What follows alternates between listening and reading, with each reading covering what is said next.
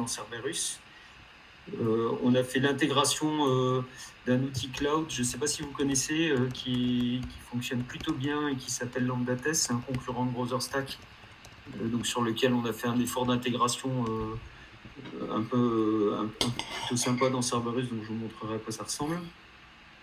On a sécurisé la totalité des API publiques via une gestion d'API key. Donc je vous montrerai un petit peu pareil comment on administre les API key et comment on active cette sécurisation.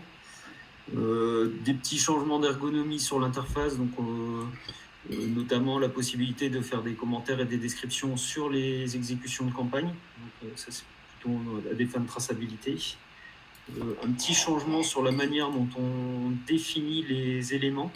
Donc je crois qu'on l'avait abordé la dernière fois. Donc là c'est pareil, on se fera une petite démo. Et puis une autre fonctionnalité aussi importante, c'est on a fait pas mal d'efforts d'intégration d'un composant qui s'appelle Siculi, qui est un open source aussi qu'on utilise pour faire de la reconnaissance d'images et du coup de l'automatisation d'applications qui ne sont pas web, donc d'applications ce qu'on appelle en client lourd, donc en desktop de manière plus classique. Et là, ce qu'on fera, c'est des petites actions du coup qui utilisent Siculi dans un mode hybride avec du coup un mélange de web et de Siculi.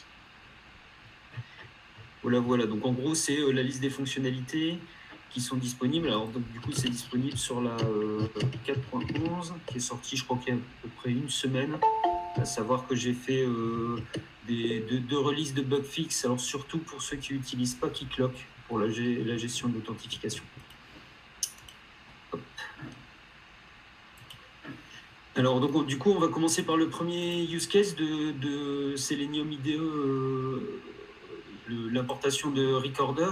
Alors, du coup pour faire un peu la démo, voilà, je me suis créé une instance SaaS donc, qui est disponible si vous avez besoin de un moment tester, utiliser Cerberus, et n'hésitez pas à demander une instance SaaS. Voilà, ça permet d'avoir accès à un environnement qui permet de faire pas mal de choses. Avec zéro effort d'intégration et de configuration. Il y a plein de retardataires. Si les retardataires redoutent. Alors si je commence du coup sur le use case d'importation, donc pour vous montrer où se situe la fonctionnalité, donc la logique sur l'importation, elle va se situer dans le menu import-export, avec du coup l'apparition déjà de ce menu-là directement dans l'écran de liste des cas de test.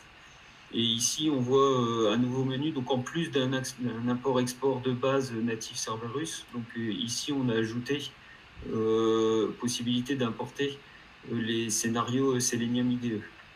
Donc Selenium IDE, donc c'est un plugin assez connu sur les navigateurs web. Donc ça existe sous Chrome et Firefox. Donc moi je me le suis déjà installé sur mon Chrome. Donc ça se présente comme ça. En fait, une fois qu'on a installé le plugin, donc il y a le petit logo là qui apparaît en haut à droite. Et après, il suffit du coup d'ouvrir le Selenium IDE. Donc voilà, on va créer ici un nouveau projet. On va l'appeler Meetup 101 par exemple. Et une fois que j'ai créé mon projet, là je dois spécifier l'URL de base que je vais utiliser pour mes scénarios. Donc là je vais utiliser par exemple le site de Damar. Et là je commence à enregistrer mon premier scénario. Donc là du coup je suis en train de faire des actions et je vois en bas à droite de l'écran là que Selenium IDE est en train d'enregistrer mes actions. Donc si je m'amuse par exemple à cliquer ici, j'arrive sur la nouvelle collection, je vais m'amuser à taper Europe ici. Hop, je valide ma recherche.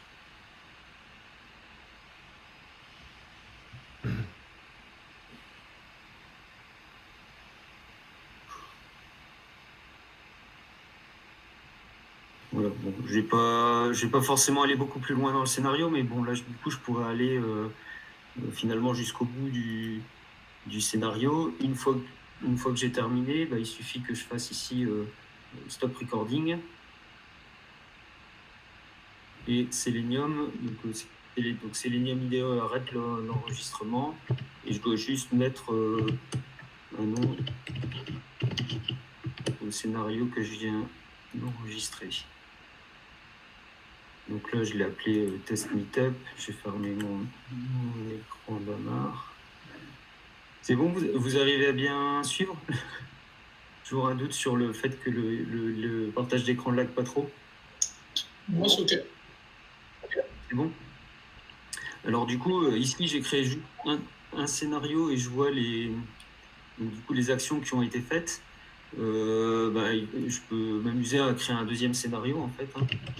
Ici, je vais faire test meetup 2, comme ça, je vais en créer un deuxième. Pareil, commencer à enregistrer mon dernier scénario. Donc là, on peut dire que je vais vers le suivi de commande, par exemple. Et puis, je vais commencer à taper quelque chose pour me loguer, même si c'est pas forcément... c'est pas forcément... Du coup, j'arrête. Voilà. Donc là, j'ai enregistré mes deux scénarios dans mon projet Meetup 2001. Là, il me reste juste à les enregistrer.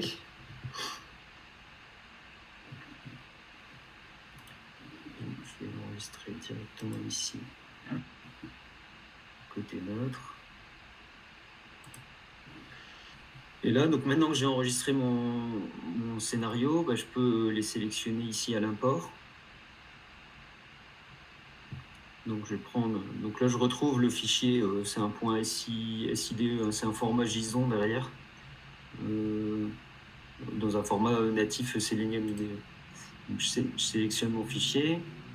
Et ici, il faut que quand j'importe, j'ai deux informations à spécifier dans Cerberus. Donc je peux ici spécifier le folder dans lequel mes cap tests vont être intégrés.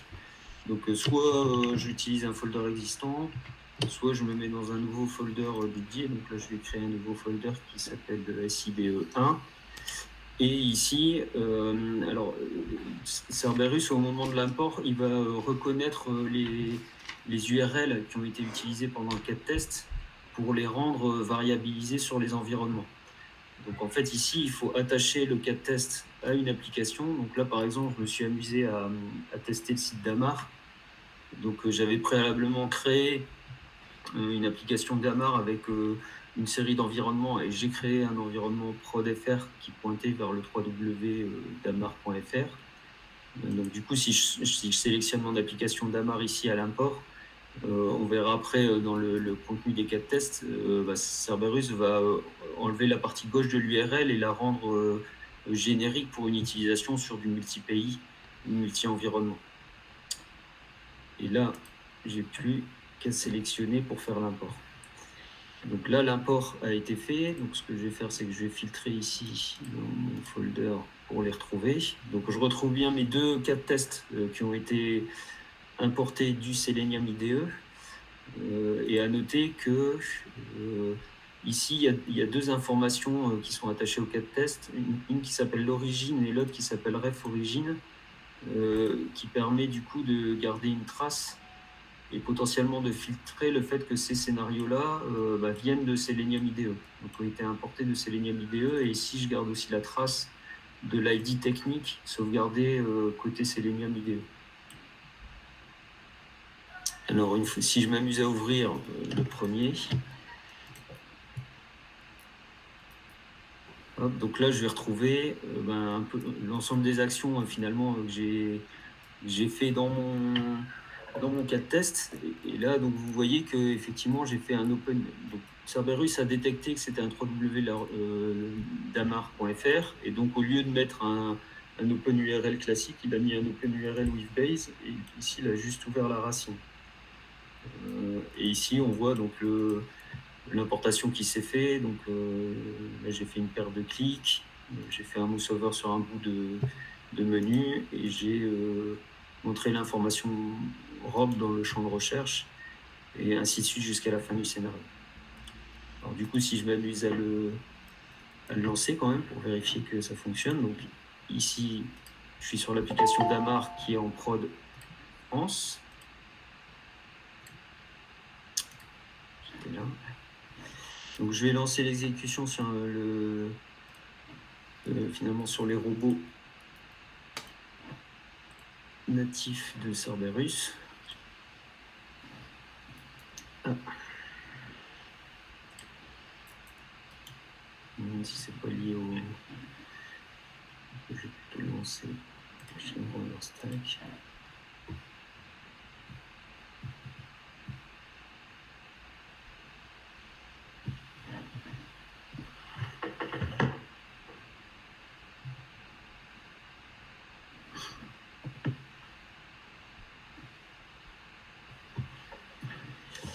Et donc là, le scénario donc s'exécute, là en l'occurrence chez Brother Stack, de la même manière que je l'avais inséré dans mon recorder.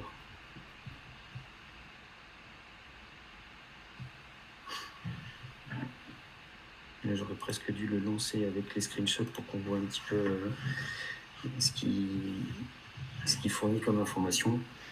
Donc là, on voit qu'effectivement, alors du coup, on retrouve on retrouve malheureusement un peu les problématiques de Selenium IDE, à savoir que suivant que je passe, un certain nombre d'informations ne sont pas complètement mappées. Là, en l'occurrence, c'est peut-être le libellé transcrit ici qui n'est pas bien passé.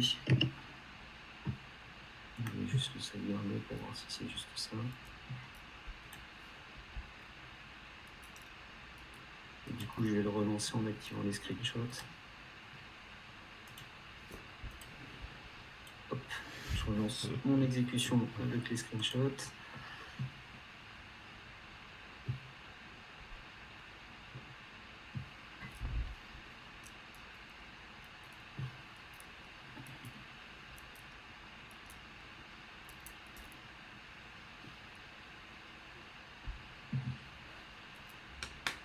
Voilà, toujours chez Brother Stack. Et voilà, on voit qu'il y a des soldes intéressants chez Damar.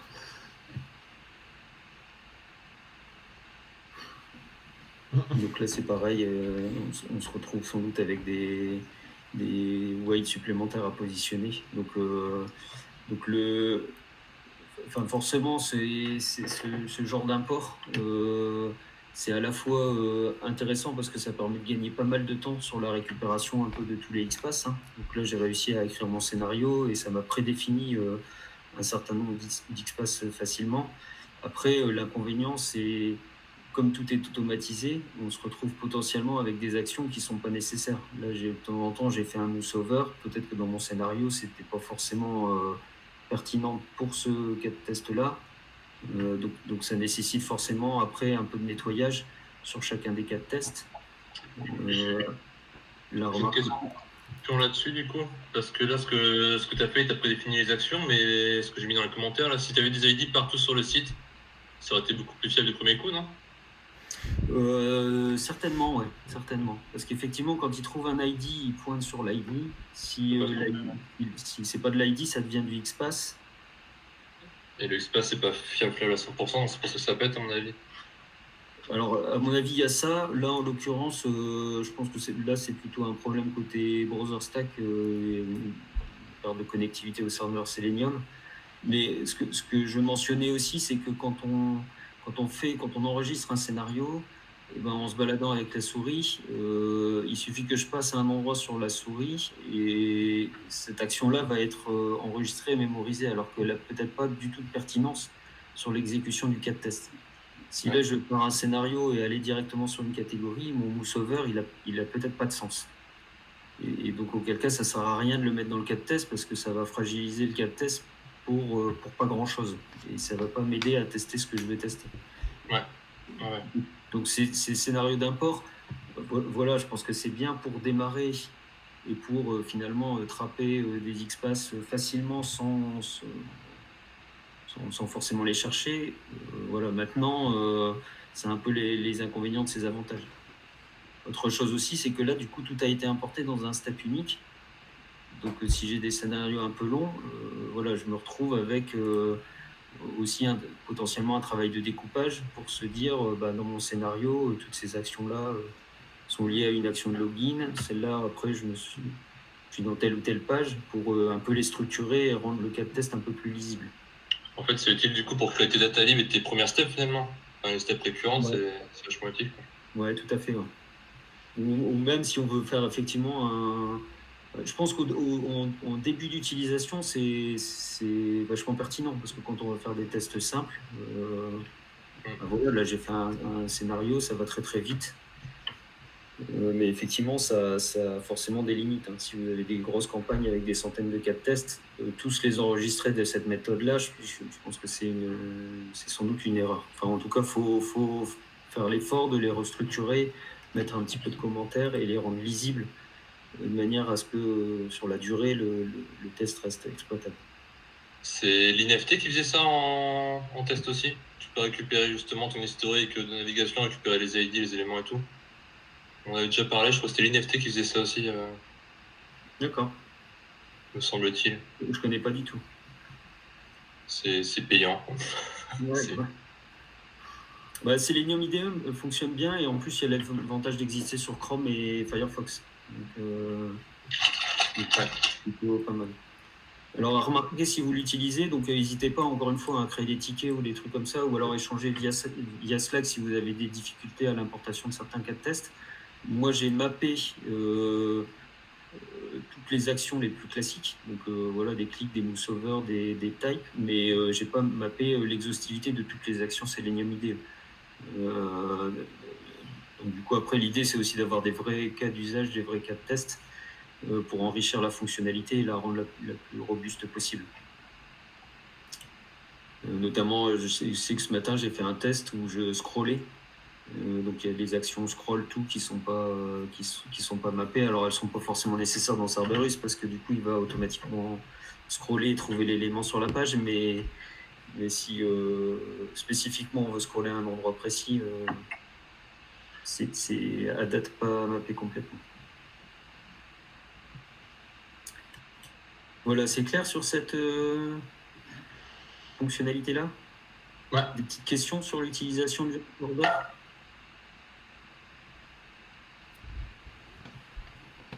Un peu pour voir comment C'est bon.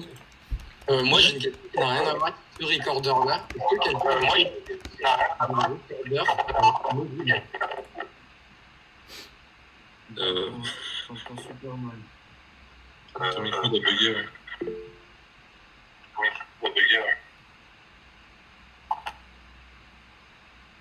Vas-y, si peut-être tu peux essayer de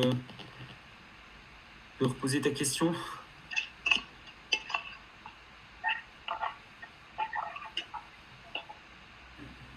Je ne sais pas qui est-ce qui avait posé la question, ou alors c'était sur. Peut-être la prendre sur le chat. Allô? Oui? Ouais, du coup, ma question, c'est de faire la connaissance d'un recorder mobile. Un recorder pour mobile, il demande Alexandre. Là, c'est pour du web. Un recorder pour mobile. À ma connaissance, je pense pas que ça existe, je sais pas. J'en connais pas en tout cas. Je sais pas si vous en connaissez. Je pense qu'il faut que tu coupes ton micro, Benoît, pendant que les autres parlent. Je suis pas sûr. Ouais, je vais essayer. Attends.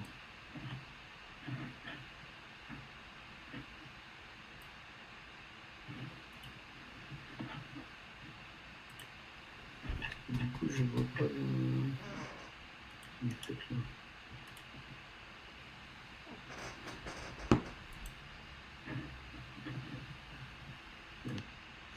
Ouais, ok. J'avais une question. Alors, c'est peut-être pas le moment de la poser, mais c'est concernant l'outil de Selenium IDE là, sur le navigateur. Est-ce que ça gère facilement du multi-site?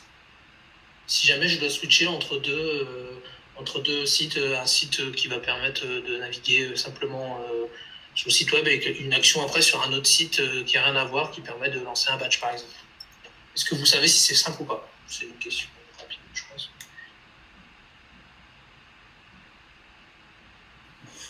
Alors, je pense que Selenium IDE, systématiquement, quand tu vas faire ton scénario, si tu switches sur un site ou un autre, il va faire des open URL avec l'URL complète. Donc, je vois pas pourquoi ça marcherait pas. Je l'ai pas testé, mais à mon avis, il n'y a pas de contrainte. Par contre, quand tu vas l'importer dans Cerberus, si tu te balades sur plusieurs sites, il va détecter que l'URL de l'application attachée à ton cas de test. Donc, il va te faire un Open URL with base sur l'application principale que tu es en train de tester. Si jamais tu switches sur un site secondaire, ça deviendra un Open URL tout simple avec l'URL complète dedans. Donc, tu vas perdre un peu la variabilisation par environnement ou par pays qui permet dans Cerberus facilement de décliner tes cas de test sur différents pays et différents environnements. Mais dans Selenium IDE, pour moi, il n'y a aucune contrainte, ça va fonctionner. Ok, super, j'essaierai, merci. Après, pour la partie mobile, c'est pas forcément indispensable. Enfin, je trouve que c'est beaucoup plus facile de choper un ID sur mobile avec Appium Studio que sur web. Enfin, je sais pas si Simon pourra peut-être confirmer ou en faire ensemble, mais je trouve ça moins galère les ID sur mobile. Les éléments pour les attraper, tout ça.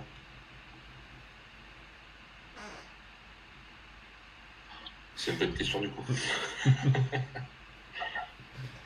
Ouais, moi j'ai jamais fait trop de mobile, donc j'imagine que ça se fait avec l'outil natif d'Appium. Ouais, non, enfin, nous, pour Appium Studio, tu cliques sur un élément et tu as directement l'ID. Enfin, c'est hyper pratique pour récupérer les ID sur mobile, je trouve, comparé à du web où vous fouillez un peu dans la page.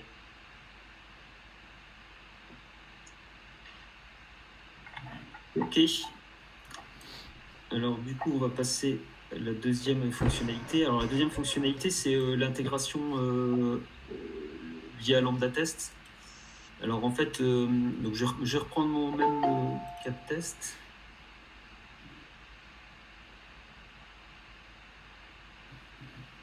J'accepte.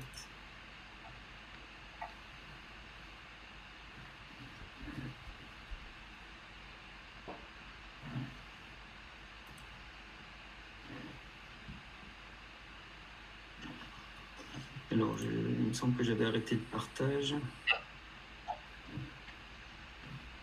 Du coup, je vais relancer mon partage.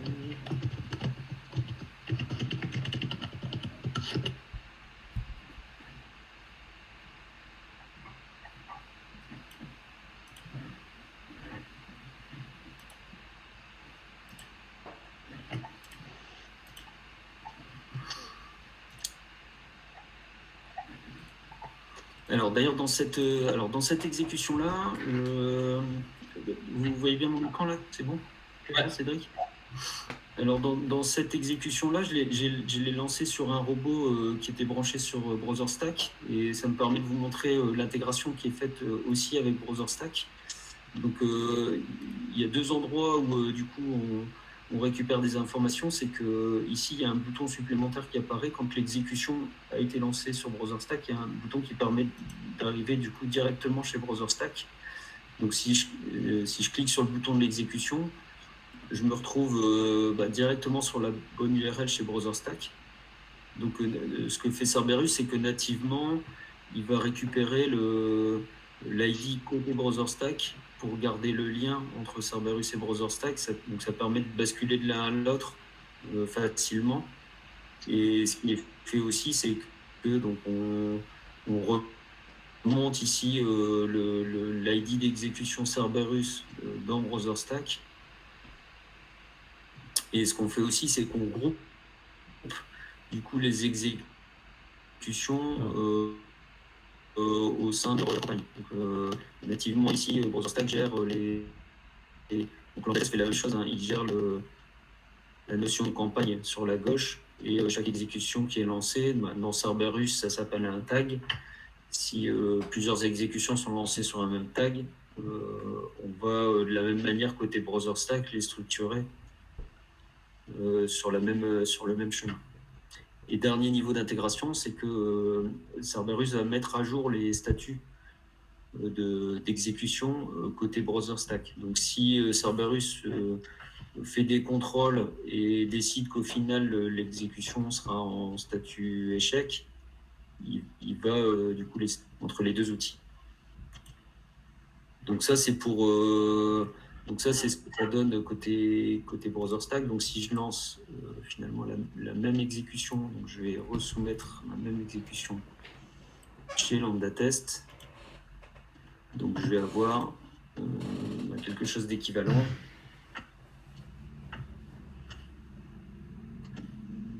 Mais chez lambda test. Alors je ne sais pas si du coup vous utilisez déjà des outils cloud, des fermes de device de votre côté ou pas? Pas pour moi. Non, vous faites que des fermes internes.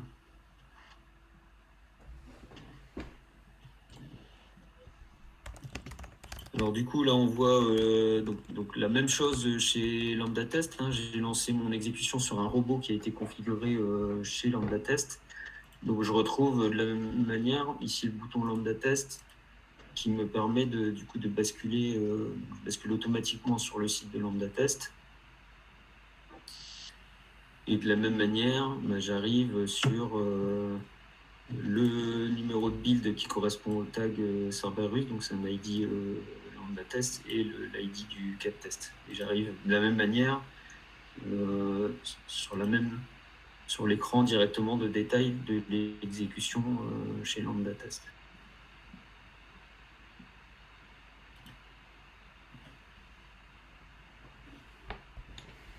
Et de la même manière, comme sur Browser Stack, on met à jour les statuts correctement, directement sur l'interface. C'est lambda test, c'est une alternative qui est plutôt pas mal hein, par rapport à Browser Stack, parce qu'ils ont une couverture de device qui est aussi vachement bien.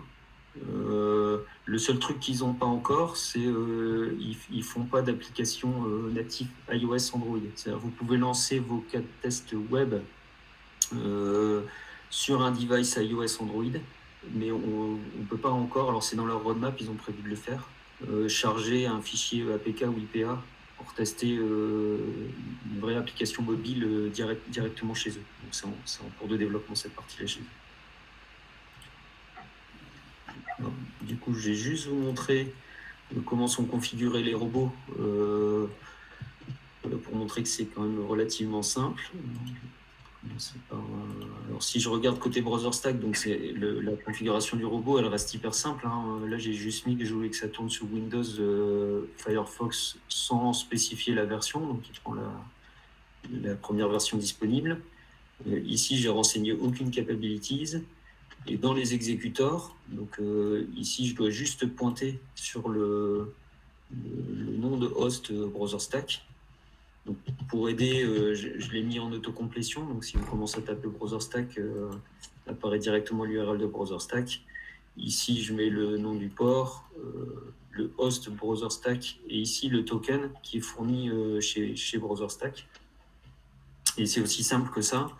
Et donc, c'est Cerberus qui se gère de mapper les capabilities correctement pour que ça s'intègre proprement chez browser stack. Et chez lambda test, c'est exactement la même chose. Donc là, je me suis amusé à le faire sur un Chrome Windows. Pas besoin de setter des capabilities. Et l'URL, c'est la même chose. Hein. C'est un hub-lambda-test.com. Et pareil, je mets le nom d'utilisateur chez lambda test. Donc pas l'email, il faut juste le nom d'utilisateur. Et le host password correspond à l'API key qui est fourni côté browser lambda test sur le compte. Je peux vous montrer. Donc si je me log côté lambda test, donc, ici je suis dans l'interface chez lambda test.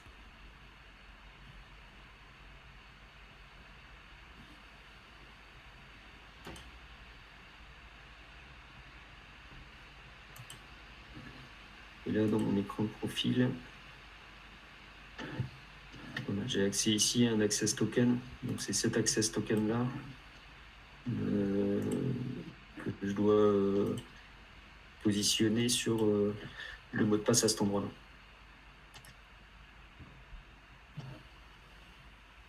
Voilà, donc ça fait des intégrations du coup qui sont vachement simples en fait, parce que ça veut dire que à partir de là, je peux décliner mes robots lambda test ou browser stack en les dupliquant sur les différentes versions de navigateur ou couple sur lesquels je souhaite intégrer dans ma campagne. Et du coup, j'ai une intégration qui permet des allers-retours entre les deux interfaces de manière beaucoup plus simple. À noter que du coup, donc dans la documentation, donc tout ça, ça a été un petit peu illustré, expliqué, ce que je viens de vous remonter le SAS sur l'intégration browser stack et de la même manière l'intégration lambda test avec. Non, je ne l'ai pas spécifié là, mais il y a quelques paramètres qu'on peut en complément régler pour un peu tuner la manière dont je repère mon exécution côté lambda test ou côté browser stack. Donc si on veut vraiment tuner l'intégration de manière un peu plus détaillée.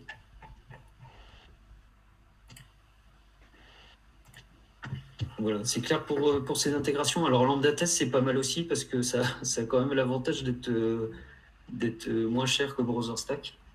Donc un plan en automate chez lambda test, c'est une centaine d'euros par exécution simultanée, alors que chez browser stack, c'est plutôt le double. Donc quand on n'a pas besoin de faire d'appli mobile, c'est une alternative qui est du coup plus économique que browser stack. Et du coup, cette évolution-là a été demandée par les utilisateurs de Cerberus, c'est ça?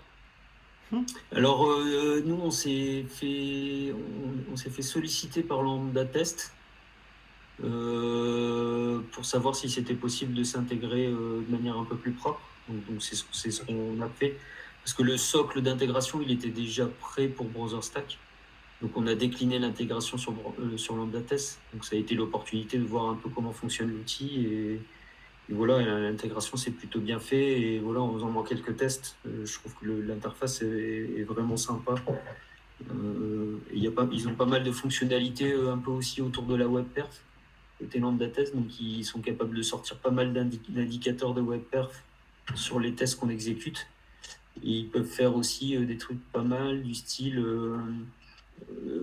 faire une visualisation de page en termes d'UX sur plein de déclinaisons. Donc en fait, vous leur donnez une URL et il vous sort le visuel de ce que va donner l'URL sur des tonnes de devices presque sans rien configurer en fait. Donc ça permet pour les gens qui se font du studio ou des choses comme ça et qui se posent la question du rendu un peu sur tous les devices, c'est plutôt pratique. Yes. Voilà. C'est génial, hein. C'est génial comme intégration. En tout cas, nous, quand on veut suivre l'exécution dans Browser Stack, donc switcher entre Cerberus, retrouver le résultat de l'exécution dans Browser Stack, c'est un peu compliqué. Donc, je trouve que c'est pas mal comme plugin en tout cas. Ouais, merci. C'est fait pour. C'est nickel. Et justement, vu qu'on parle de ça, c'est prévu par la suite le test visuel. Je sais qu'on peut commencer à tester le visuel, par exemple sur un site web, mais pas par Cerberus, par un autre logiciel, mais c'est assez lourd pour stocker les images et les comparer tout ça. Est-ce que c'est prévu par la suite, c'est justement? C'est la fin du meet-up, Cédric. Ah mince. Donc oui, je te montrerai. Donc du coup là, c'est disponible dans Cerberus. Ouais. Tu peux faire de la reconnaissance d'images et faire des tests visuels sur tes sites web. Ouais. C'est déjà dispo? Ouais, c'est déjà dispo. Ouais. Ah, je savais pas. Ok, c'est bien, top. C'est à l'agenda. Ah, ok. On y arrive. Donc l'étape d'après, c'est la sécurisation des API. Alors je vais peut-être passer un peu rapidement là-dessus. Donc c'est un peu plus technique, mais je sais qu'il y en a certains d'entre vous qui attendaient cette feature-là, notamment pour ouvrir plus largement l'accès à Cerberus, tout en sécurisant un peu les accès et évitant que n'importe qui sur la planète soit capable de lancer une campagne à l'insu de votre plein gré. Donc du coup, ici j'ai juste mis les deux syntaxes. Alors si je m'amuse, alors je crois que je l'avais préparé. préparer voilà. Donc si je m'amuse effectivement à appeler une URL nativement, donc ce qui se passe, c'est que donc maintenant Cerberus va checker la valeur de l'API key et potentiellement du coup renvoyer une erreur 401 avec un message qui mentionne que l'API key n'est pas valide. Et si là j'appelle avec la bonne API key, j'arrive à récupérer le résultat de mon service. Donc ça c'est côté utilisation. Donc du coup quand on intègre Cerberus, ça nécessite de partager avec l'appelant la valeur de l'API key. Et il faut que celui qui appelle le service ajoute dans les headers HTTP la bonne valeur d'API key correspondante. Donc de la même manière, donc ça c'est documenté dans la gestion des API publiques. Donc voilà, ici il y a un petit exemple de si on utilise curl de façon d'appeler, de manière à pouvoir authentifier l'appel. Et ça explique aussi les différents paramètres qui sont utilisés pour configurer ce truc-là. Donc la gestion du coup de ces droits-là se configure directement dans Cerberus et via les paramètres. Donc tous les paramètres correspondant aux API keys, ils commencent par Cerberus API key. Ici, un petit paramètre pour activer ou pas la gestion de l'authentification. Donc, on peut la désactiver. Hein. Donc, par défaut, d'ailleurs, Cerberus n'active pas la sécurisation des API, donc, parce que c'est le comportement actuel. Donc, il suffit de positionner ce booléen à true, de manière à ce que tous les appels soient sécurisés. Donc, si là, je m'amuse à mettre false ou une valeur sur ce paramètre API key enable, ça veut dire que ici, n'importe quel appel que je fais, même si l'API key est correcte, j'aurai la réponse, tout est ouvert en fait. Et après, derrière, j'ai 5 valeurs d'API qui permettent de faire à la limite des bascules d'API key ou de les partager à plusieurs appelants. Donc voilà, c'est un premier niveau d'implémentation qui répond, à mon avis, à la totalité du besoin. Ce qu'on regardera sans doute en plus long terme, c'est d'intégrer cette gestion de l'autente dans Keycloak. De la même manière qu'on fait l'autente sur tout ce qui n'est pas public dans Cerberus via le user mot de passe. Mais je sais que côté, alors, il me semble que c'est côté surtout Decathlon. Clément, vous aviez potentiellement des besoins d'ouvrir l'applicatif un peu largement et l'ouvrir sur Internet. Et donc, du coup, il fallait cette couche de sécurisation. C'est ça en fait. Pour faire ça, on devait faire passer un audit de sécurité externe sur Cerberus avant de pouvoir l'exposer. Et on s'est dit que si on le faisait alors que cette API-là n'était pas sécurisée, ça allait pas passer dans tous les cas. Donc là, ça serait intéressant effectivement d'activer Yes, du coup, ouais.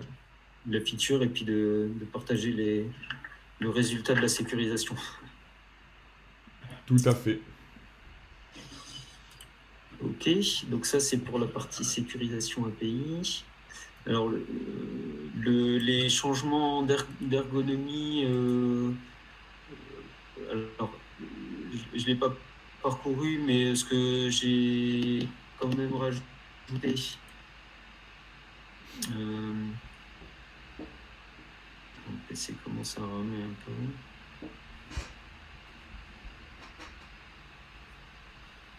Donc sur la homepage, j'ai rajouté ici une section pour un peu toutes les actions qui sont les plus utilisées dans Cerberus. Donc ça rend les features un peu plus accessibles sans devoir se poser la question dans quelle entrée de menu j'ai besoin de mes informations. Donc j'ai mis les principales. Hein. Donc en gros, je crée, modifier un cas de test, le lancer soit unitairement, soit via une campagne. Et après, j'ai mis en dessous ce qui était relativement souvent utilisé aussi, qui est l'administration d'une application, l'administration des services et l'administration des jeux de données de test. Donc je pense qu'avec ces boutons-là, on voit sur les exemples. Mais pour un premier usage de Cerberus, ça rend les fonctionnalités plus faciles et plus lisibles. Ah, c'est une bonne idée, ça. C'est vrai qu'il y a beaucoup de clics pour naviguer dans l'outil, c'est bien d'avoir. Ça fait un peu moins de clics, effectivement. Ouais. Après, dans l'interface de résultats de campagne, ici, on a un peu étoffé la section des informations complémentaires. Et donc, notamment, vient s'ajouter la possibilité ici, sur chaque tag d'exécution, de mettre à jour une description ou mettre à jour un commentaire. Donc, la description, c'est plutôt... Alors, dans le cadre d'un process full automatique, il n'y a pas grand intérêt, hein, parce que comme des tags, il peut y en avoir des dizaines et des dizaines à chaque exécution de campagne. Donc, on ne va pas s'amuser à mettre à jour la description à chaque fois. Par contre, si j'ai des campagnes qui durent un petit peu, parce que je fais un mix de manuel et d'automatique, voire je fais que des campagnes manuelles, ça peut être utile ici de décrire l'objectif de ma campagne. Donc, voilà, ça peut avoir un sens ici pour partager l'information de quelle campagne elle est liée, et quand on a lancé cette campagne et s'il y a des commentaires spécifiques à faire. La zone de commentaires, elle est plutôt à destination d'analyse. Donc là, c'est même dans un process automatique. Si je lance 2-3 fois par jour ma campagne et que sur certaines exécutions spécifiques, je vois que le résultat est lié à un problème d'environnement ou alors un problème réseau qui était indépendamment de l'applicatif, ça me permet ici de rajouter un commentaire et garder une trace à l'avenir de qu'est-ce qui s'est passé et qui explique la non-qualité à ce moment-là. Donc je peux garder ici ma trace dans le commentaire. Et du coup, comment j'accède un peu à l'historique de toutes mes campagnes dans la petite combo box là. Donc bon, là c'est pas forcément hyper pertinent parce que j'ai pas une campagne qui a manifestement dérivé par rapport aux autres campagnes, donc ils sont à peu près toutes stables, mais quand j'ai finalement des campagnes qui sont à un niveau de qualité comparable et que d'un seul coup j'ai quelque chose qui s'est passé, ici ça permet directement dans la popine de se rendre compte que effectivement cette campagne-là, je m'en souviens, c'était lié aux soucis réseau qu'on a eu avec machin chose, et donc ça me donne une vision globale de pourquoi ça s'est pas bien passé à ce moment-là. Donc, du coup, cette information-là, elle est véhiculée un peu dans toutes les zones de pop-up, de reporting, de manière à partager cette visibilité-là avec l'ensemble de l'équipe et l'ensemble des gens qui potentiellement analysent la campagne correspondante.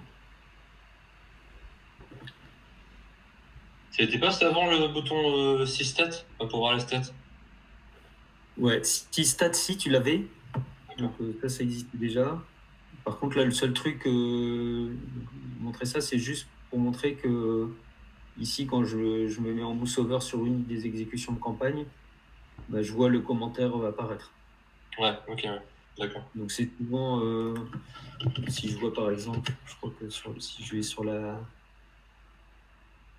un exemple peut-être un peu plus pertinent, c'est la non-règle de Cerberus. En tant que tel, ce matin, il y a une partie de la non-règle de Cerberus qui a planté. Pourquoi ? Parce que il y avait des splash pages liés à l'activité de solde sur certains tests qu'on utilise. Donc du coup là, ça me permet de mettre dans le commentaire que effectivement c'était lié. C'est pas un problème, c'est pas un bug en tant que tel, c'est juste cette exécution là aujourd'hui qui est liée à mon activité solde. Et donc là, je vois qu'effectivement sur cette exécution là, si demain je me pose la question pourquoi j'étais KO. Ah oui, c'est vrai, c'est lié au solde.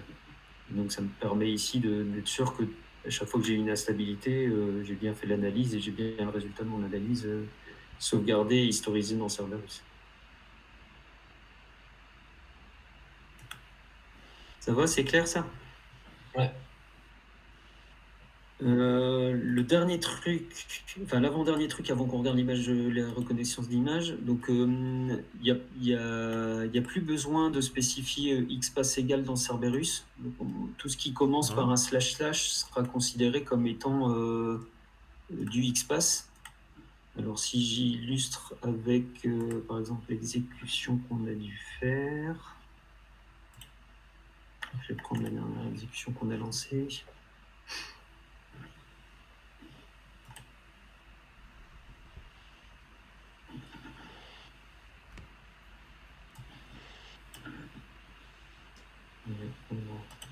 Par exemple. Donc ça veut dire quoi? Ça veut dire que ici, si je fais par exemple un clic sur un élément, au lieu de mettre xpass égale // je peux juste mettre // automatiquement. Et donc Cerberus va détecter. Donc je vais relancer mon cas de test.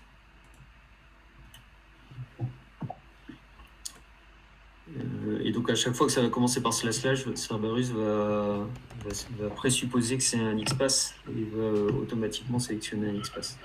Donc le grand intérêt de ça, c'est que quand je suis en train de débugger un cas de test et que je veux tester mon XPath, c'est beaucoup plus simple parce que j'ai pas à enlever, mettre le XPath des deux côtés. Donc ici on voit bien la valeur sans le XPath, et Cerberus, quand il a fait l'action, il a rajouté automatiquement le XPath. Et du coup, donc l'intérêt de ça, c'est qu'ici je peux faire copier. Je vais sur mon site.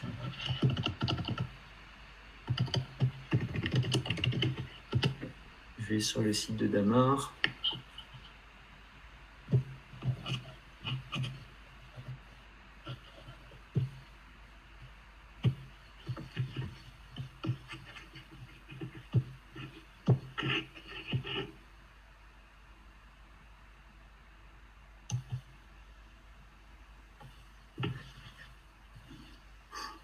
Attendre qu'il finisse de charger.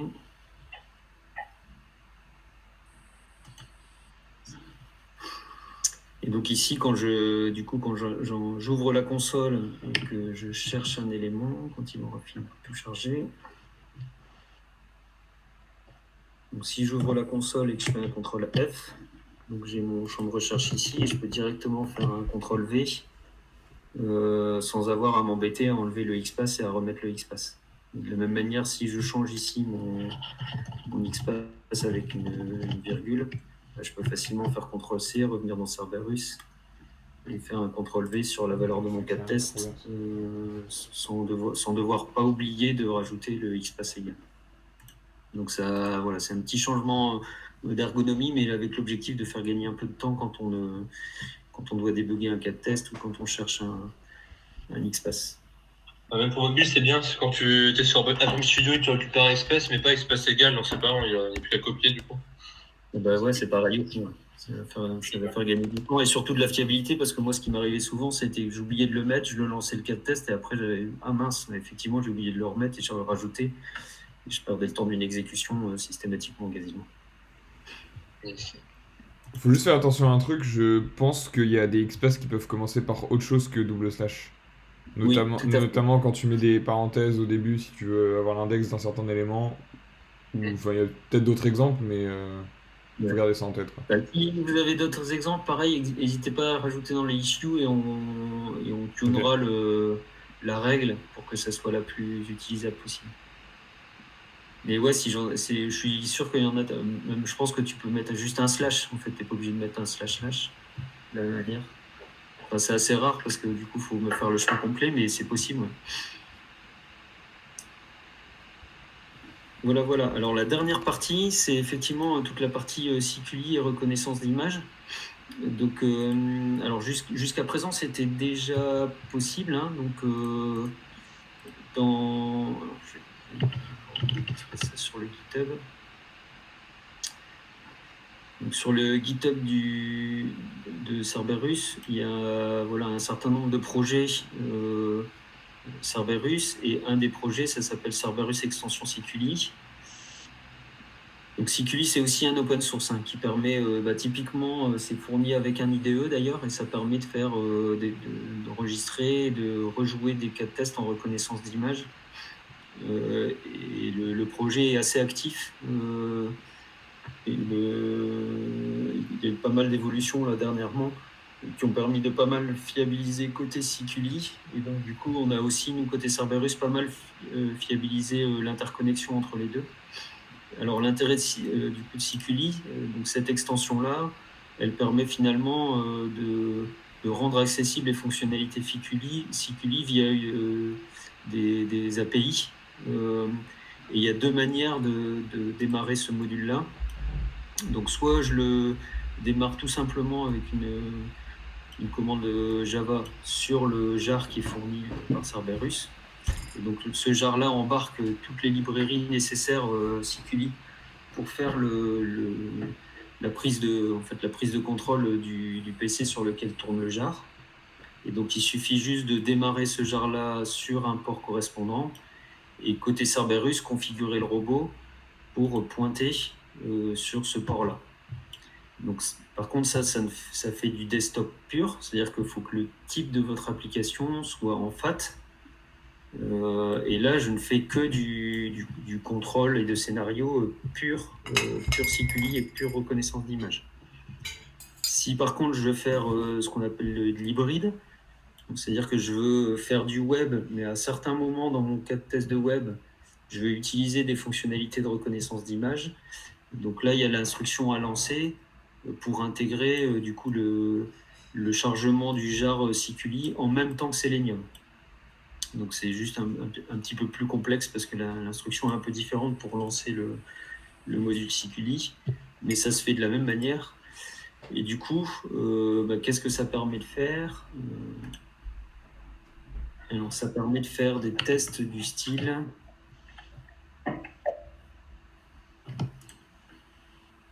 Alors, je vais montrer un cas d'usage.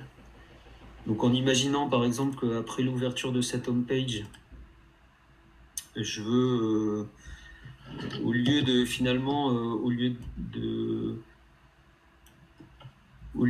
me positionner finalement ou de cliquer sur une nouvelle collection en spécifiant un XPath, je vais faire un mouse over sur une nouvelle collection mais en manière visuelle. Donc, ce que je dois faire, c'est une copie d'écran de l'élément que je veux sélectionner. Alors le conseil, c'est de le faire directement à partir d'un screenshot fait par Cerberus, parce que ça garantit qu'en termes de résolution, d'ailleurs je l'ai fait sans zoomer là, on va le faire. Donc ça permet de garantir qu'en termes de résolution, on est bien, et de gestion des couleurs, on est bien au même niveau. Donc je fais un copier de l'image correspondante. Et sur mon cas de thèse, là, je vais par exemple rajouter un serveur.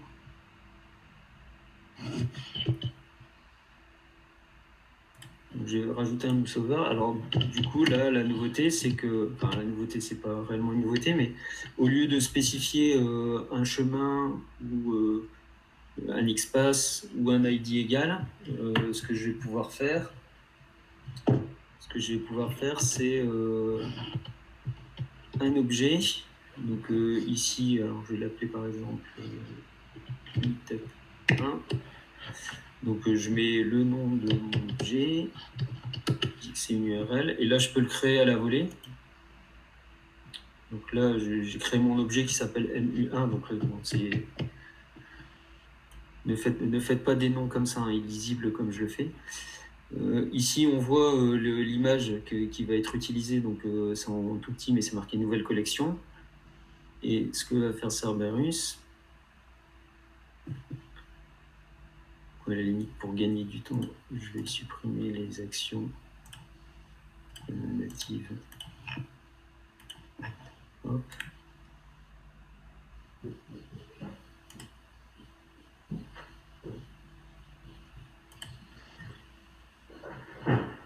Alors là du coup, j'espère que ça va marcher parce qu'il me semblait qu'il y avait une petite instabilité sur le robot.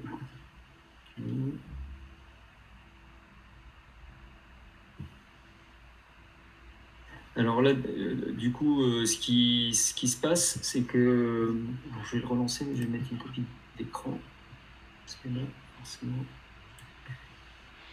Vous allez me dire qu'il ne l'a pas vraiment fait.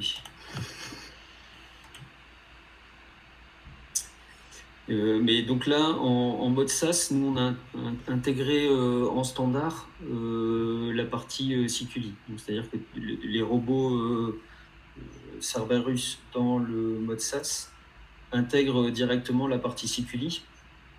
Donc, ce qui permet, du coup, qu'ici, on voit que, par exemple, nouvelle collection, il est bien en gris. Donc, mon mouse-over, ma souris s'est réellement déplacée à cet endroit-là. Donc là, j'ai spécifié que je faisais un mouse-over sur une nouvelle collection, mais de manière visuelle, et pas de manière technique sur un élément XPath. Et du coup, ça, on peut le faire, par exemple, vérifier que l'image nouvelle collection, elle est bien dans l'ID qu'il faut, par exemple. Que cette image-là, visuellement, elle est bien dans un ID XPath. Bon endroit, en fait, ouais. Par contre, mélanger les deux comme tu le spécifies, non. Par contre, ce que tu peux faire, c'est ici reprendre une copie d'écran de ça. Ah, bien, la couleur a changé en contrainte. Ouais. Et puis là, dans le cas de test, c'était dans celui-là, pardon.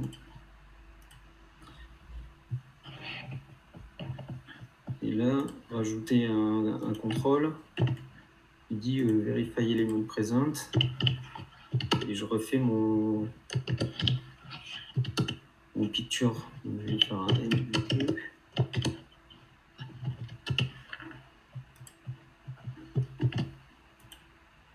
Hop, donc là, je vérifie finalement que en faisant un mouse-over, le fond passe bien en gris.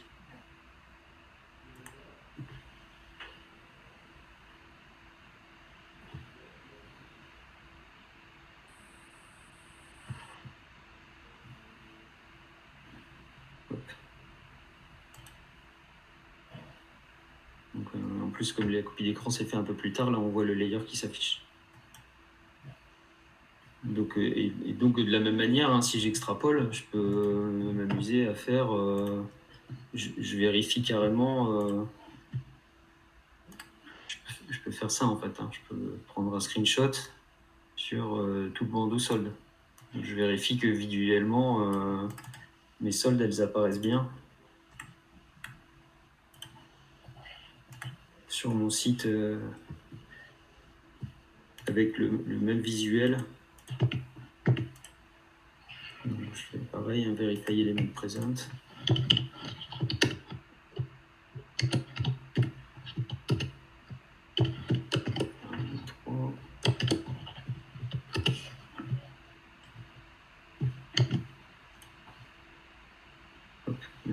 Donc en faisant ça, j'ouvre ma home page, je vérifie que visuellement j'ai bien mon 60 qui apparaît. Donc visuellement, je déplace ma souris sur ce bandeau-là et je vérifie qu'il passe bien en grisé. Donc effectivement, ça sur Selenium, c'est impossible à faire. Donc il faut mixer les deux fonctionnalités pour être capable de faire ce genre de truc. Ah, ça veut dire qu'on peut atteindre une couverture de test de 100%, on ne peut pas, mais 99%, quoi. Si on automatise des fonctionnalités plus les visuels, après il ne manque plus rien par le bac, quoi. Ouais, si en plus avec ça, tu rajoutes la partie réseau, donc tu peux aussi trapper tous tes appels sortants réseau. Donc oui, là en termes de couverture fonctionnelle et technique, tu peux faire pas mal de choses, oui. Ça c'est top parce que la ligne est testée auto en fait, le visuel. Il y a toujours besoin de faire un repass visuel pour vérifier que tout était quand même propre. Ouais. C'est top. Ouais, et niveau, ça prend pas trop de place de stocker les images, je veux dire, sur mon parcours un site entier qu'on fait plein de vérifs. Non, après les copies d'écran, des visuels là, c'est des petites images, hein, donc ça c'est pas le référentiel des images à utiliser, ça c'est pas grand chose. Après c'est stocker les screenshots à chaque exécution, c'est là où c'est un peu plus lourd. Donc mais ça c'est moins grave, tu peux purger de manière. Ce qu'on fait en mode ça, c'est qu'on purge assez récemment parce que de toute façon, comme c'est automatisé, tu le relances facilement. Donc finalement, avoir la copie d'écran d'il y a 3 semaines est pas forcément hyper pertinent. Yes. Alors en complément, du coup, en faisant alors cette fonctionnalité-là, je l'ai pas mal améliorée, notamment pour un un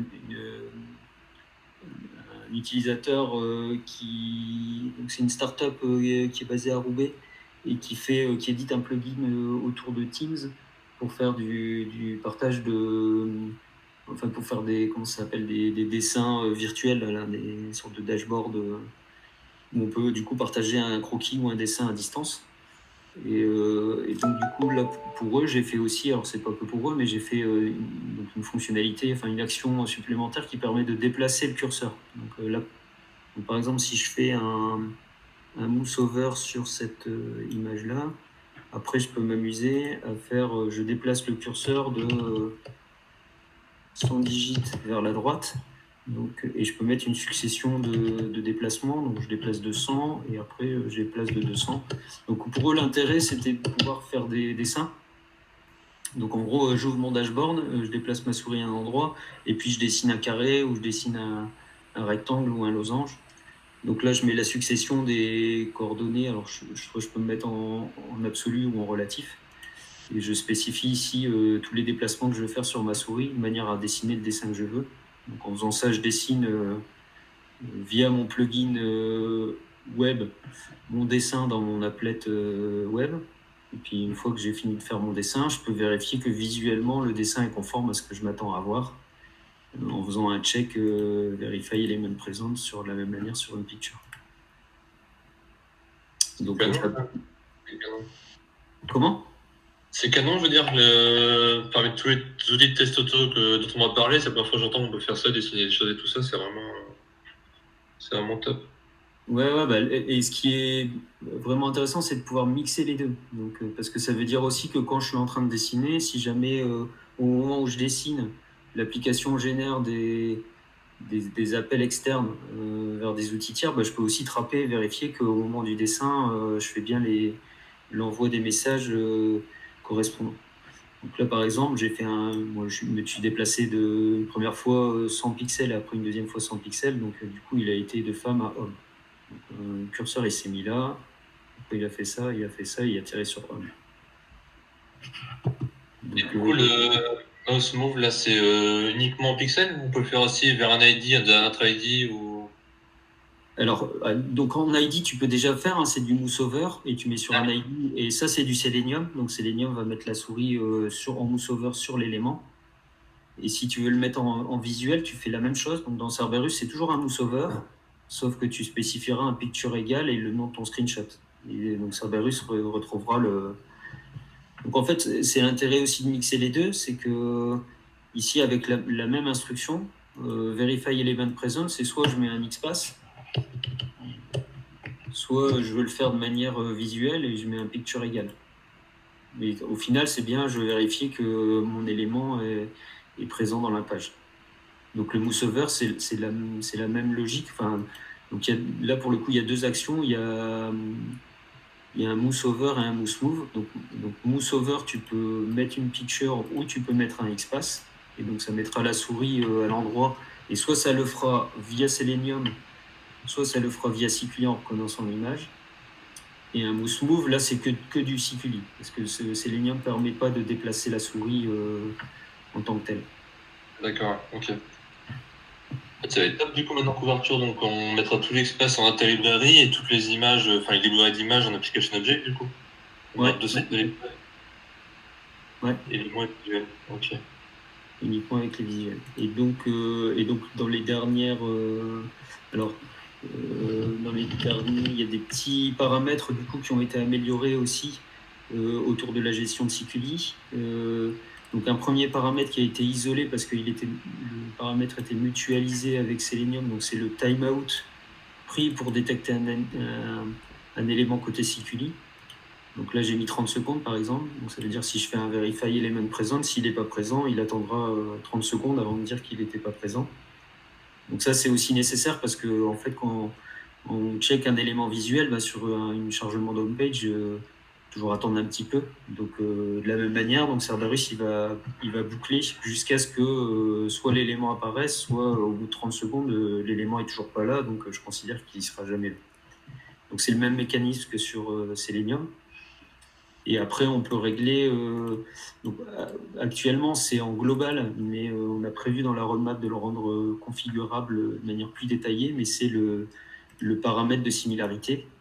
Donc, c'est un chiffre qui est compris entre 0 et 1 décimal. Donc, par défaut, Siculi prend 0,7 et ça correspond finalement au nombre de pixels identiques entre ce que tu as demandé et ce que Siculi trouve sur l'écran. Donc, si tu mets 1, il faut vraiment qu'au pixel près, l'image soit détectée. Et si tu mets 0, systématiquement, il va toujours trouver. Le premier bloc de pixels qu'il va trouver, il va dire que ça match. Donc ça n'a pas de sens en fait de mettre 0. Donc si on veut surcharger la valeur par défaut de Siculi de 0,7 et être un peu plus strict et mettre 0,8 ou 0,9, donc on peut le faire. Pour l'instant, c'est malheureusement possible qu'à un niveau global. Donc dans la roadmap, ce qu'on a prévu de faire, c'est de le rendre configurable par action. Donc je pourrais très bien dire sur cette action-là, je reste avec le paramètre par défaut. Et puis sur des actions en spécifique, là le check, je veux qu'il soit à 0,8 ou 0,9. Par contre, après, si je clique sur ce bouton-là, le 0,7 suffit et je suis un peu plus souple. Et on fera donc dans la roadmap, on fera cette implémentation en même temps que la configuration aussi du timeout par action. Il y a aussi quelque chose que j'aimerais bien rajouter, qui permettra de dire sur une action donnée, on est capable de surcharger le timeout et de ne pas prendre celui par défaut. Donc, sur certaines actions, je m'autorise à attendre 1 minute ou 2, alors que par défaut, au bout de 10 secondes, je considère que je passe à l'action suivante. Donc ça aussi, c'est une fonctionnalité qui est en roadmap qu'on essaiera de viser pour la 4.12. Voilà. J'ai fait le tour des changements de la 4.11.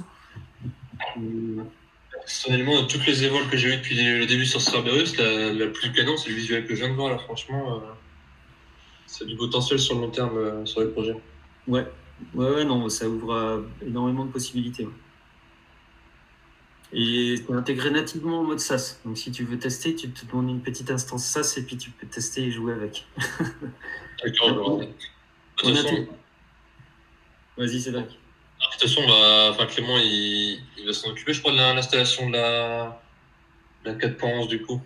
Chez Decat, en général, elle installe assez rapidement, donc je pourrais... Tu pourras t'amuser avec ça. Ouais, impeccable. Voilà. Alors, je ne sais pas si... Est-ce que vous avez d'autres questions ? Est-ce que le parcours des fonctionnalités était clair et vous avez compris ce qui était rajouté dans l'outil ? Est-ce que c'était trop technique, pas assez ? C'est top, la découverte du produit, mais je connaissais pas du tout la suite, j'en avais entendu parler, c'est juste un coffre à jouer là, je vois ça, je me dis on va gagner un temps de ma boule. Je voudrais juste savoir quelles sont les bonnes lectures pour commencer à bien appréhender Cerberus, l'install, le paramétrage, est-ce qu'il y a un truc qu'il faut lire en premier avant de creuser ailleurs, la bonne lecture qu'il faut faire tout de suite pour avoir les bons réflexes, s'il y avait un... C'est une question qui va faire plaisir à Cédric, ça. Ouais, c'est bon aussi, ouais. Actuellement, t'as le tuto aussi que t'as créé, Benoît, là. Il y a un tuto maintenant sur la 4.10 pour montrer un petit peu comment créer le premier test. Ouais. Et après, c'est vrai que ça peut être en train de bosser sur une refonte de la documentation avec Simon, du coup. Et on va bosser là-dessus. Ouais, ce serait intéressant de faire une chaîne bonne pratique pour démarrer. Donc ça y est pas encore, je pense. En fait, pour commencer, si tu n'as jamais essayé, moi je te conseille de demander une instance SaaS parce que ça te permet de jouer avec sans t'embêter à faire toute l'installation. Ouais. Et après, pour faire les premières étapes, alors aujourd'hui, ce qui existe, c'est donc dans le menu aide, comme le disait Cédric, il y a un tutoriel qui te permet de t'accompagner sur vraiment les premières étapes. Donc, il Ici, c'est un parcours un peu de tous les menus. Ici, c'est un tutoriel qui t'emmène sur la création d'un cas de test. Et ici, sur le lancement d'un cas de test. Donc, c'est des choses assez basiques dans Cerberus, mais ça permet de t'acclimater à l'outil sur un premier abord. Et après, il y a la documentation en ligne, voilà, qui est pas forcément... qui a l'avantage d'exister et qui quand même décrit pas mal de choses sur l'utilisation de l'outil, mais qui est des fois un peu riche en fait. Hein. Donc des fois tu auras trop de détails et tu auras peut-être un peu l'impression de te noyer, mais c'est aussi un bon moyen de commencer. Et après, ce que tu peux regarder aussi, c'est qu'il y a une chaîne YouTube, Cerberus, où on a mis pas mal de vidéos avec des petits cas d'usage je veux faire un premier test d'appel d'API, je veux faire une campagne, une gestion de campagne. Donc il y a quelques cas d'usage, du coup c'est plus visuel, c'est peut-être plus accessible. Après, ce qui serait intéressant, c'est que sur les bonnes pratiques, par exemple, parce que j'ai dit tout à l'heure, tous les espaces sont dans ta librairie. Tu vas bien les découper en les différentes features, mais créer ta librairie. Et bien découper tes steps quand tu crées un cas de test. Ça, c'est pas indiqué. Enfin, dans Cerberus, c'est indiqué comment créer les steps, mais c'est pas indiqué au maximum découper les steps pour que ce soit plus clair et tout ça. Ça peut être faire une chaîne bonne pratique. Et après, t'as aussi en vente, t'as le Slack aussi. Si t'as des questions là-dessus, on peut regarder. Je peux te donner un coup de main que tu veux pour les premières étapes. Ouais. Et si t'es pas sur le Slack, on peut te rajouter dessus. Ouais. Je pense que malheureusement, il faut qu'on invite sur Slack. C'est pas public. J'aurais préféré que ça soit complètement public, mais il faudrait que tu nous files ton email et on t'envoie une invite pour que tu puisses intégrer le Slack. Ok. Moi, je l'ai vite fait, hein, et puis avec plaisir. Mais... Voilà. Je sais pas si d'autres personnes ont des questions, des remarques. Moi, j'en ai juste une, parce que comme Olivier, je découvre la solution. C'est d'ailleurs Olivier qui m'a parlé de vous et m'a convié aujourd'hui. Je voulais juste savoir au niveau de la mise à jour des cas de test, est-ce que c'est relativement flexible ou s'il y a un peu de refonte graphique, alors pas forcément des grandes choses, mais suite à des ateliers UX ou autres, on va faire des légères refontes ou ajouter une nouvelle fonctionnalité qui potentiellement pourrait perturber le scénario. Est-ce que du coup il faut tout réécrire ou est-ce qu'on peut interagir facilement dessus et Ouais, alors en fait dans Cerberus tu as beaucoup de mécanismes, c'est un peu ce que décrivait Cédric et ce qui faisait référence quand il parlait de bonnes pratiques, c'est que tu peux utiliser Cerberus de n'importe quelle manière. Donc soit tu l'utilises un peu dans l'illustration de ce que je viens de faire, tu enregistres tes scénarios, tu les importes techniquement dans Cerberus et puis tu as une suite d'actions les unes derrière les autres. Et là, le problème, c'est qu'au premier changement dans ton appli, tu vas te retrouver avec beaucoup de mises à jour manuelles parce que chaque test, va falloir repasser dessus pour changer les XPath. Donc ça, c'est l'utilisation hyper basique, mais l'intérêt de Cerberus, c'est pas ça. L'intérêt de Cerberus, c'est plutôt de structurer tes cas de test, à savoir regrouper tes actions et tes contrôles dans ce qu'on appelle des steps et rendre les steps réutilisables d'un cas de test à un autre. Donc exemple, si sur mon site, à un moment, j'ai besoin de me loguer, me loguer, c'est tout le temps la même chose. Je vais sur la page de login, je mets mon user, je mets mon mot de passe, je clique sur valider et puis je suis logué. Donc ça, si tu l'as créé dans Cerberus dans un step à part entière, si tu as 100 cas de tests qui ont besoin de se loguer, tu attaches ces 100 cas de tests sur ce step de login. Le jour où ta fonctionnalité de login elle change, tu la changes une fois et tes 100 cas de tests, ils utiliseront la nouvelle manière de se loguer. D'accord. Et du coup, on peut imbriquer des tests. C'est-à-dire, dire voilà, je veux déclencher un test qui lui-même, s'il est OK, déclenchera un second, et ainsi de suite, pour dérouler vraiment les scénarios complets. Ouais, alors ce que tu peux faire, c'est effectivement au sein d'une même campagne de test, tu peux mettre des liens entre tes cas de test en disant ce cas de test-là ne se déclenchera que quand celui-là s'est bien déclenché et les chaîner et du coup partager les données entre mes cas de test. Donc ça, c'est pour faire des use cases du type je vais sur mon site, je passe une commande. À la fin de mon passage de commande, sur mon écran de confirmation, je récupère le numéro de commande. Et une fois que ce cas de test est terminé, je déclenche un deuxième cas de test qui, lui, va faire de l'Appium sur mon appli de mon téléphone iOS, par exemple.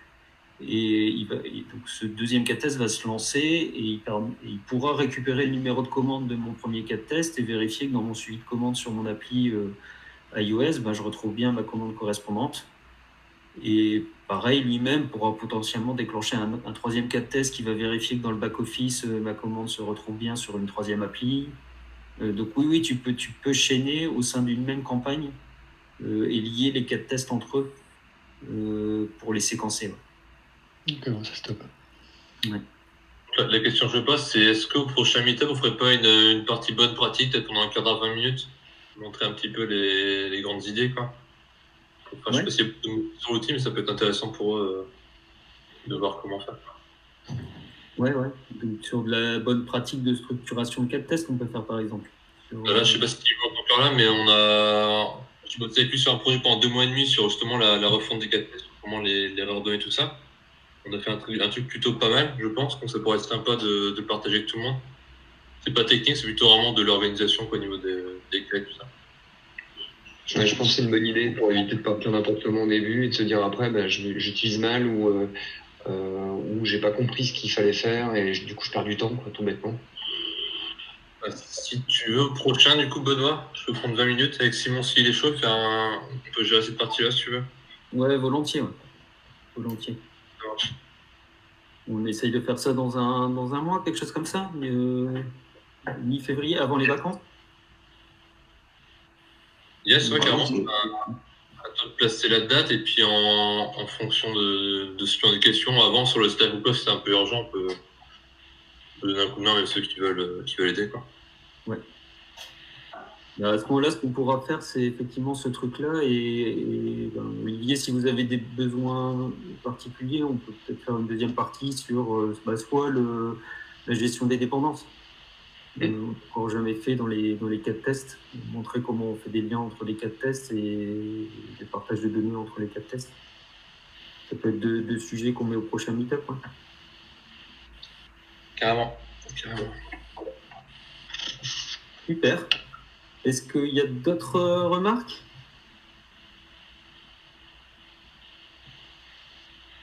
Non, c'est clair. N'hésitez pas à faire vos retours sur Meetup ou Slack ou email ou ce que vous voulez encore une fois sur les sujets que vous aimeriez voir ou des questions que vous posez. Je répondrai avec plaisir. On répondra tous avec plaisir, je suis sûr. Ouais. Sur les mails du coup, là, les nouveaux, c'est bon. Comment? Tu as noté les mails du coup pour le Slack? Non, Olivier, tu prends contact avec nous du coup, David Olivier? Sur le chat, regardez Olivier.martin, il est dans le chat. Il est dans le chat? Ouais. Ok, nickel. Je le prends et je t'envoie les invites sur Slack. Merci. Ok. Bon, merci à tous pour votre présence. Normalement, Clément a enregistré, donc parce que là, il devait partir en réunion, donc je ne sais pas s'il verra la fin, mais on essaiera de mettre à dispo la vidéo, parce qu'on avait quelques personnes du Canada qui n'avaient pas envie de se lever à 6h30 du matin. Alors, je ne pense pas qu'ils soient venus. Gauthier, ça pique un peu. En retour lui. Ils seront avec nous par la prochaine. Ouais, ce serait top. Moi, j'ai été dérangé pendant les 3/4 de la réunion. Je n'ai pas pu suivre, du coup. Ouais, c'est vrai. Il n'y a pas de souci. Du coup, on partagera la vidéo en espérant qu'elle ça a bien marché. Et je vous enverrai le lien du coup de la même manière. Super. Ça marche. Merci à tous en tout cas. Je vous souhaite une bonne journée. Merci à toi. Merci. Bonne journée. Bonne journée. Bonne journée. Bonne journée.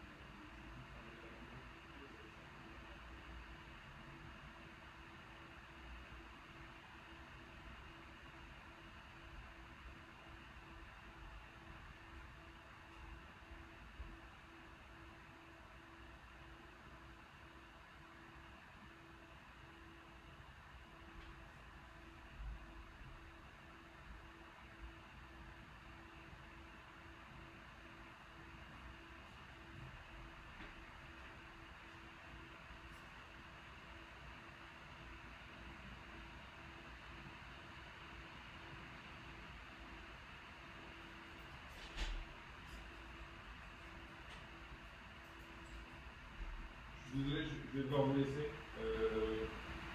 Bonne.